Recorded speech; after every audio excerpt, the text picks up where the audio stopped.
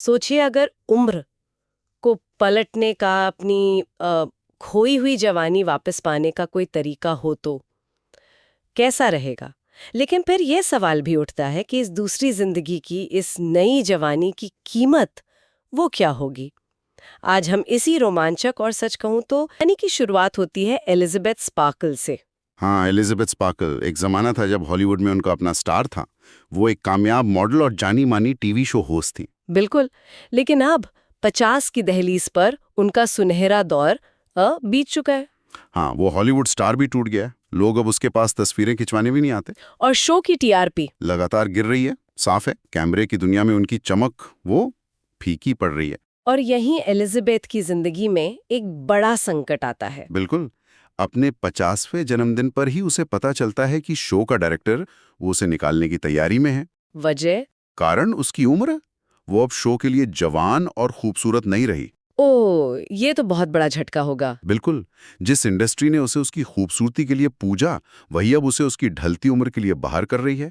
उसका आत्मविश्वास पूरी तरह बिखर जाता है। सही कहा। और जब वो डायरेक्टर से बात करने जाती है तो उसे कड़वी सच्चाई का सामना करना पड़ता है। हाँ, डायरेक्टर साफ कहता है शो लोगों की पसंद से चलता है और लोग अब एलिजाबेथ को नहीं, किसी नए ताज़ा चेहरे को देखना चाहते हैं। इस निराशा और अपमान के बोझ तले दबी वो गाड़ी चला रही होती है और तभी एक भयंकर कार एक्सीडेंट हो जाता है। लेकिन बच जाती है। हाँ, हैरत अंगेज तौर पर उसे खरोच तक नहीं आती। ये बचना शायद किस्मत का इशारा था, या शायद किसी आने वाले तूफान का संकेत। अस्पताल से निकलते वक्त रास्ते में अपने ही बिलबोर्ड से अपनी तस्वीरें हटते देखकर वो बिल्कुल टूट जाती है। और अस्पताल में डिस्चार्ज से पहले एक नर्स उसकी रीढ़ की हड्डी की जांच करती है और जाते जाते चुपके से उसके कोट की जेब में एक नोट और एक यूएसबी ड्राइव रख देती है। USB drive? हाँ, नोट पर लिखा था, इसने मेरी जिंदगी बदल दी, और ड्राइव पर लेबल था द सब्सटेंस। ये एक रहस्यमयी उम्मीद की किरण थी जैसे। ओके,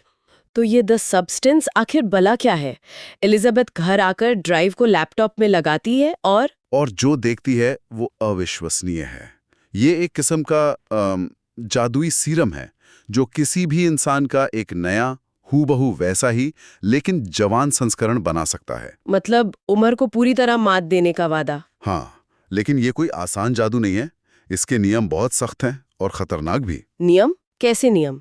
पहली बात, इस्तेमाल करने वाले के 2 शरीर हो जाएंगे। एक ओरिजिनल मतलब बूढ़ा वाला और एक नया जवान। 2 शरीर एक साथ। हाँ। दूसरी बात, दोनों शरीरों को स्टेबल रखने के लिए एक खास स्टेबलाइजर फ्लूइड की जरूरत होगी। Stabiliser fluid? और वो फ्लूइड ओरिजिनल यानी बूढ़े शरीर की रीढ़ की हड्डी से ही निकलेगा। क्या मतलब पुराना शरीर ही नए की खुराक बनेगा? हाँ, ये अपने आप में कितना अजीब है कि नया शरीर पुराने पर निर्भर रहेगा। ये तो सच में एक अजीब सौदा है। बिल्कुल। और नियम यही खत्म नहीं होते। सबसे जरूरी नियम था क्या? कि हर 7 दिन में दोनों संस्करणों के बीच स्विच करना होगा। अच्छा, मतलब 7 दिन एक, 7 दिन दूसरा। हाँ, 7 दिन जवान शरीर सक्रिय रहेगा तो अगले 7 दिन बूढ़ा। और वो स्टेबलाइजर? नए जवान शरीर को स्टेबल रखने के लिए रोजाना पुराने शरीर से निकाले गए स्टेबलाइजर का इंजेक्शन लेना होगा। रोजाना? बाप रे। और एक वक्त में सिर्फ एक ही शरीर एक्टिव रहेगा, दूसरा पूरी तरह बेहोश। ये लगभग 2 जिंदगियां एक साथ जीने जैसा है, पर एक अदृश्य डोर से बंधी हुई। ये सुनने में ही इतना जटिल और जोखिम भरा लगता है। एलिजाबेथ ने क्या किया? यकीनन पहले तो उसे विश्वास नहीं हुआ होगा। बिल्कुल। शुरुआत में उसे ये सब बकवास लगा। उसने ड्राइव को कूड़ेदान में फेंक भी दिया था। लेकिन रात के अंधेरे में जब उसे अपनी झुर्रियां, अपना खत्म होता करियर, वो सब यादें सताने लगी, तो हताशा उस पर हावी हो गई। फिर उसने कूड़ेदान से ड्राइव निकाली और उस रहस्यमयी नंबर पर मैसेज कर दिया, मुझे वो सब्सटेंस ऑर्डर करना है। ओ, तो उसने फैसला कर लिया। हाँ, ये वो पल था जहां उसने अपनी पहचान और शायद अपनी आत्मा का सौदा करने का फैसला कर लिया था। और फिर क्या उसे आसानी से मिल गया ये सब्सटेंस? हाँ, दूसरी तरफ से ज्यादा पूछताछ नहीं हुई। बस पता पूछा गया और एक खुफिया लोकेशन बताई गई। और फिर वो लेने गई? अगली सुबह अखबार में उसे अपनी ही कंपनी का विज्ञापन दिखा, जिसमें उसकी जगह लेने के लिए नए चेहरे की तलाश थी। ये देखकर उसका इरादा और पक्का हो गया। उसे गुस्सा आया होगा। बहुत। अखबार के साथ ही उसे एक काले लिफाफे में एक एक्सेस कार्ड मिला। वो बताई गई लोकेशन पर पहुंची, एक सुनसान जगह पर बना हाईटेक लॉकर रूम।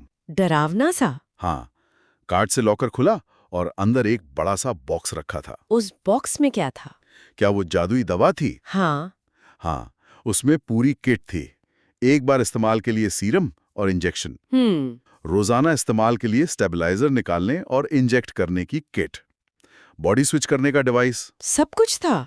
और यहां तक कि दोनों शरीरों के लिए अलग अलग तरह का पैक्ड खाना भी।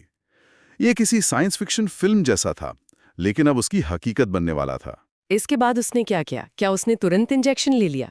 नहीं, पहले वो बाथरूम में गई, खुद को आईने में देर तक देखती रही। शायद वो अपने पुराने रूप को अलविदा कह रही थी, या शायद अभी भी दुविधा में थी।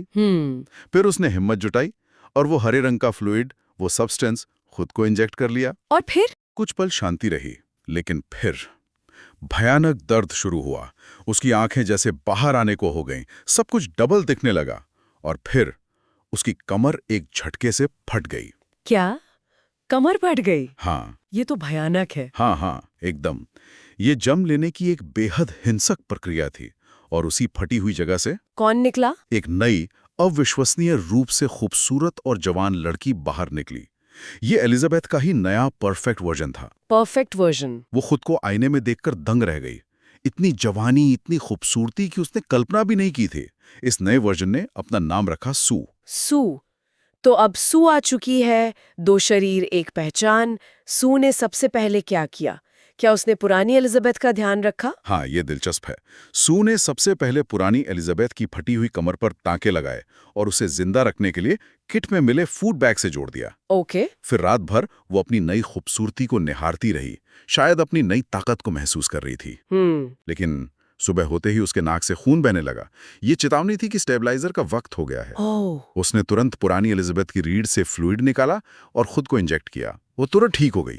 ये उसकी पहली निर्भरता थी। और फिर शुरू हुआ सू का सफर। उसने उसी शो के लिए ऑडिशन दिया जहां से एलिजाबेथ को निकाला गया था। बिल्कुल। वो तैयार होकर ऑडिशन में पहुंची और वहां मौजूद हर शख्स, मतलब उसकी खूबसूरती से मंत्रमुग्ध हो गया। डायरेक्टर ने उसे देखते ही साइन कर लिया। वाह, लेकिन वो 7 दिन वाला नियम? हाँ, यहाँ एक पेच था।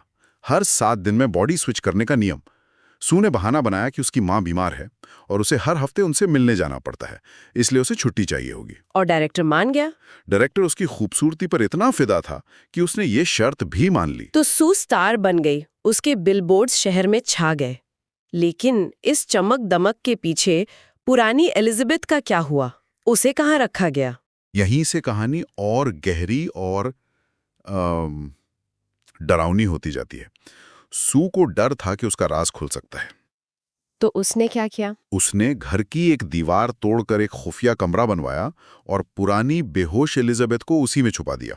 दीवार के पीछे? हाँ, ये सिर्फ शारीरिक रूप से छिपाना नहीं था, ये मनोवैज्ञानिक रूप से अपने अतीत, अपनी उम्र और अपनी असलियत को दफनाने की कोशिश थी। और पड़ोसी? जब पड़ोसी तोड़फोड़ की शिकायत करने आया तो सू ने उसे अपनी खूबसूरती और अकड़ से चुप करा दिया। 7 दिन बाद जब बॉडी स्विच का वक्त आया, तब क्या हुआ? सू बहुत बेमन से वापस एलिजाबेथ बनी। ऑफिस गई तो उसे बेइज्जत करके निकाल दिया गया। घर आकर वो बहुत उदास थी। लेकिन फिर उसे कंपनी से नई रिफिल किट का मैसेज आया और वो ले आई। 7 दिन बाद वो फिर से सू बन गई। लेकिन अब सू अपनी नई जिंदगी में इतनी रम चुकी थी कि वो नियमों को हल्के में लेने लगी। और यहीं से गड़बड़ शुरू होती है ना? नियमों का उल्लंघन। हाँ, बस यहीं से वो फिसलन शुरू हुई। एक बार स्विचिंग के दिन उसका कोई दोस्त घर आ गया। ओह, फिर? जब तय समय पर सू के नाक से खून बहने लगा और शरीर में अजीब हरकतें होने लगी तो उसे समझ आ गया कि स्विच का टाइम है। लेकिन दोस्त के सामने वो ऐसा नहीं कर सकती थी। तो उसने स्विच नहीं किया? नहीं, उसने स्विच करने के बजाय एलिजाबेथ की बॉडी से स्टेबलाइजर निकालकर खुद को इंजेक्ट कर लिया। वो तो ठीक हो गई, लेकिन ये नियम का पहला बड़ा उल्लंघन था। इसका अंजाम क्या हुआ?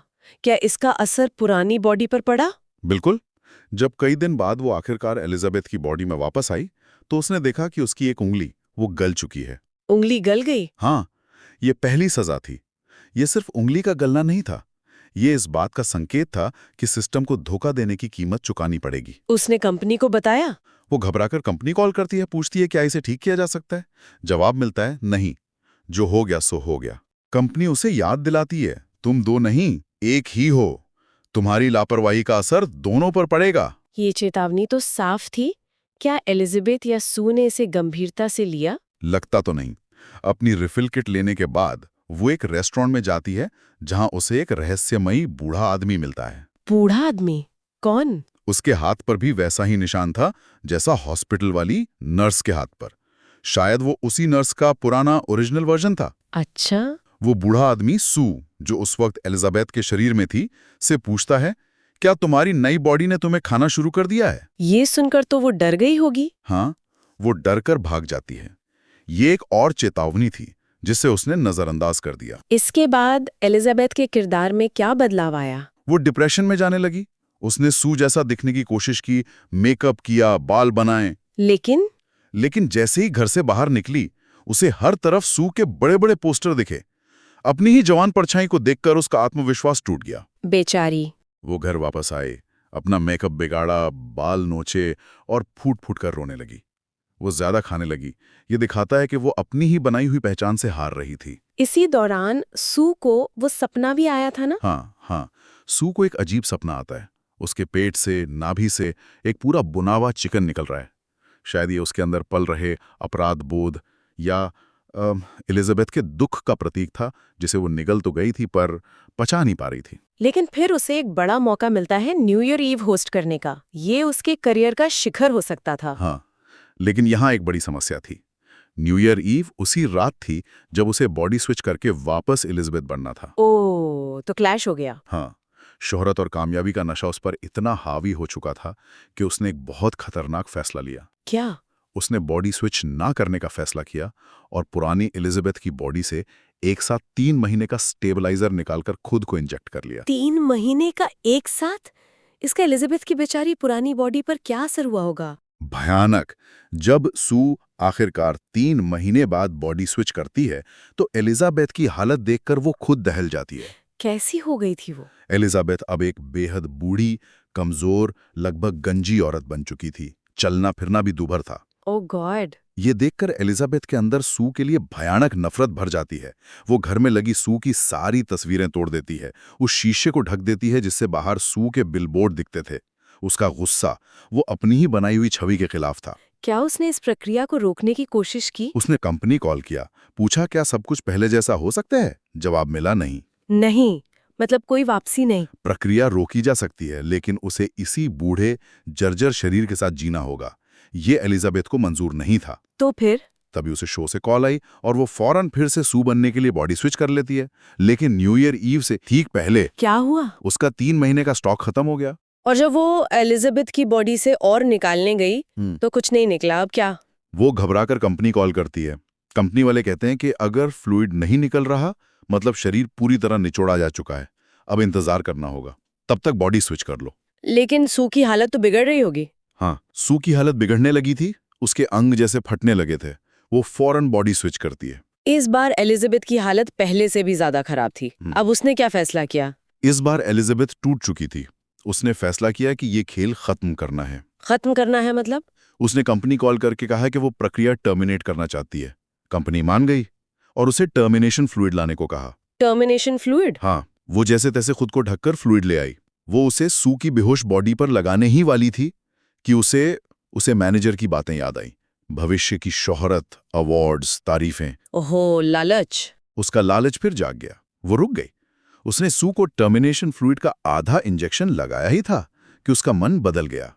फिर क्या किया उसने? उसने सू को जगाने की कोशिश की, वो नहीं जागी। बॉडी स्विच करने की कोशिश की, वो भी फेल हो गया।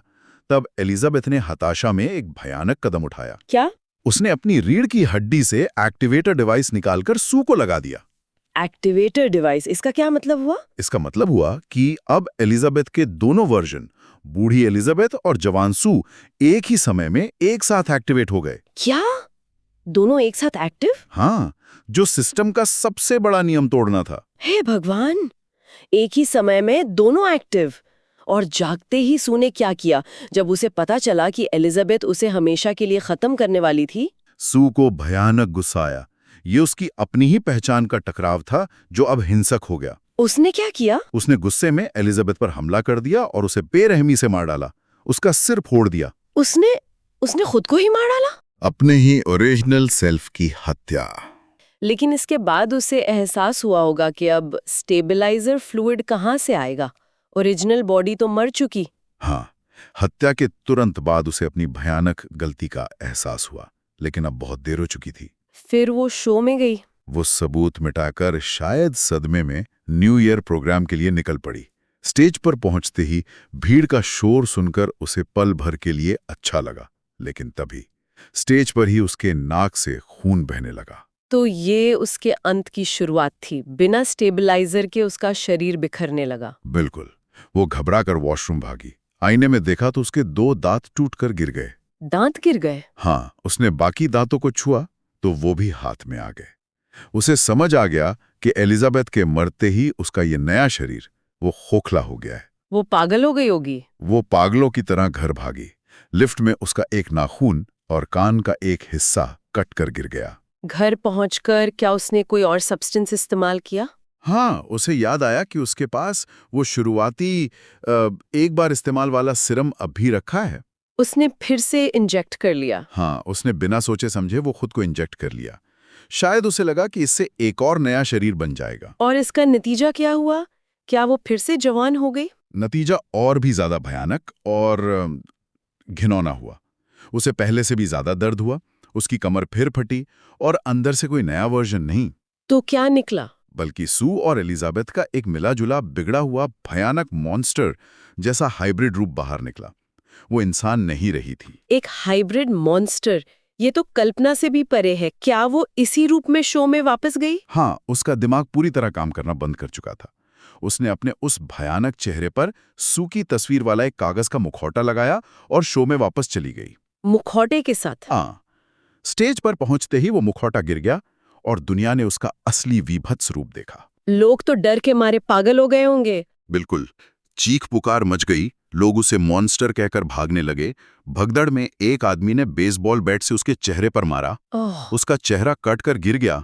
उसकी बॉडी अजीब तरह से टूटने लगी और टुकड़ों में बंटकर किसी कीड़े की तरह रेंगते हुए स्टूडियो से बाहर निकली। रेंगते हुए कहाँ गई वो? वो रेंगते हुए बाहर सड़क पर बने एलिजाबेथ स्पार्कल के उसी टूटे हुए हॉलीवुड स्टार तक पहुंची। अपने स्टार तक? हाँ, पूरा शरीर गल चुका था, बस वो भयानक चेहरा बचा था जो स्टार पर लेटा हुआ आसमान की तरफ देखकर मुस्कुरा रहा था।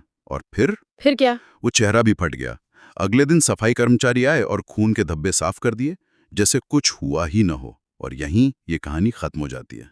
उफ, क्या